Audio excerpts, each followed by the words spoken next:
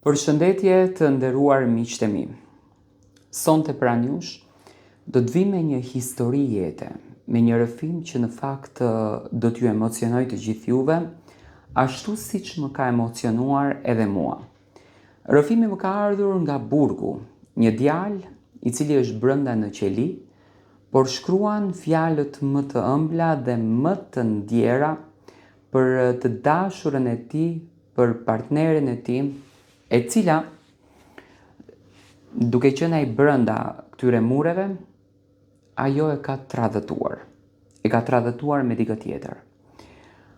Unë gjithmonë them që të besojmë në dashuri, të investojmë në dashuri, por fatkeqësisht dashurit kur janë shumë të sinqerta, kur janë shumë të vërteta, kanë në mes edhe dozën e tyre të tradhtisë, ashtu siç në fakt e ka në mes kjo dashuri. E desha atë vajzë më shumë se veten time. Jo siç duhen zakonisht njerëzit, por siç duhen plagët që në fakt nuk shërohen kurrë. Siç duhet një dritë kur ti je i mbyllur në errësirë. Sot jam në burg. Muret janë të ftohta, hekuri është i rëndë, e nata është e gjatë. Por asnjë gjë nuk më dhëmb se sa tradhëtia e saj. Kur e njohta, jeta ime nuk ishte e lehtë. Kisha gabime, kisha rrugë të gabuara,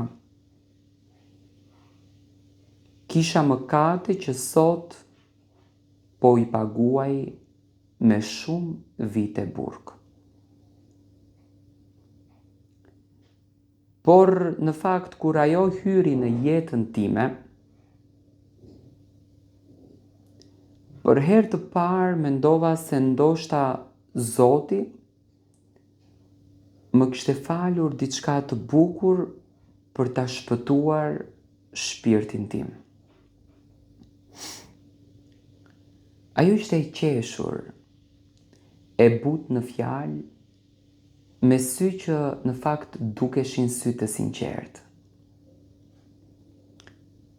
Më tha se më donte për atë që isha, e jo për atë që unë kisha.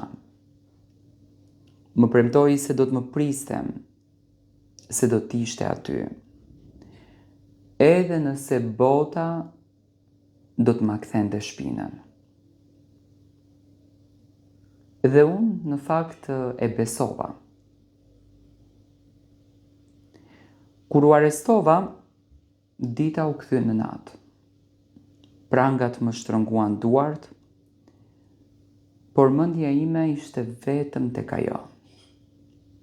I thash vetes, nëse ajo më pret, çdo dënim është edhe më i lehtë.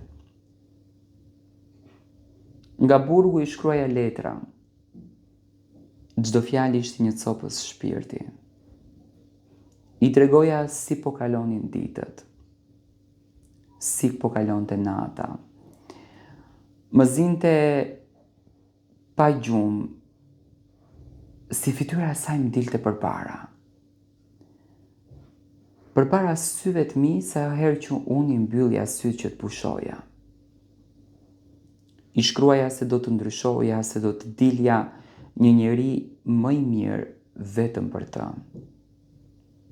Ajo më kthente mesazhe, më thoshte jam këtu, mos u dorëzo, unë ty të pres.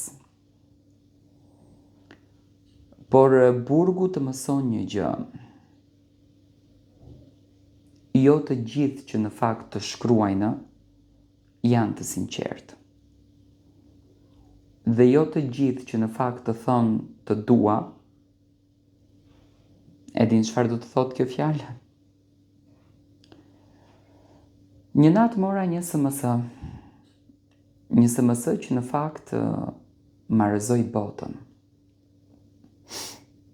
Nuk ishte fjalë drejt për drejt, por në thelb ishte mjaftueshëm.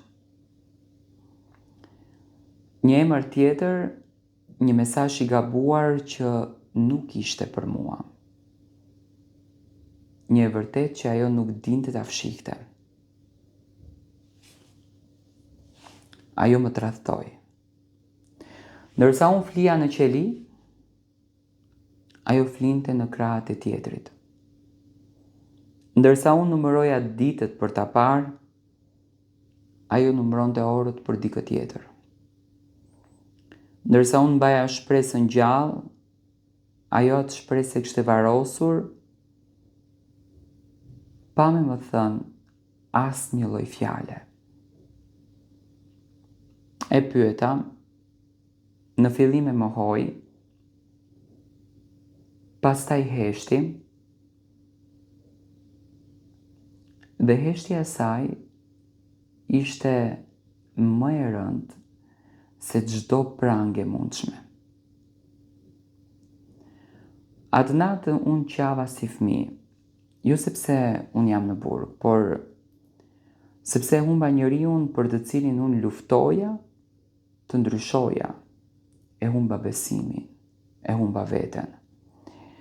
Në burg burrat flasin pak për ndjenjat, por syt i tregojnë të gjitha. Dhe unë u bëra një nga ata që rinë të heshtur, që shikojnë dyshemen, që flasin me veten natën. Sot e di, tradhtia nuk është vetëm të jesh me dikë tjetër. Tradhtia është të premtosh se do të qëndrosh edhe kur e di se nuk do ta bësh. Tradhtia është të mbash gjallë shpresën e një njeriu që tashmë është i thyer. Nuk e urej, por nuk e justifikoj. E desha sinqerisht dhe kjo është vetmja gjë për të cilën nuk pendohem. Sepse edhe këtu, mes mureve, mësohesh se të duash me zemër të pastër është forcë dhe jo dobësi. Një ditë unë do të dalë, jo i njëjti njeri, jo me të njëjtat ëndra, por me një zemër që më ka mësuar se jo çdo premtim mbahet dhe jo çdo dashuri është e përjetshme. Edhe nëse ajo ndonjëherë do ta dëgjoj këtë rrëfim, dua ta di vetëm një gjë. Unë u mbylla në burg për gabimet e mia, por ajo u largua nga dashuria për zgjedhjen e saj. Në fakt kjo është historia e këtij djali i cili ka përjetuar tradhtinë më të keqe në jetë, nga personi që në fakt nuk e priste që do ta tradhtonte. Unë them që dashuritë e vërteta nuk mund t'i ndaj as burgu dhe as kusht tjetër. Andaj le të jemi besnik në atë që ne e premtojmë dhe në atë që ne e bëjmë, sepse tradhtia ndaj një njeriu që mundohet na fal gjithçka është tradhtia që ne në fakt ja bëjmë vetes.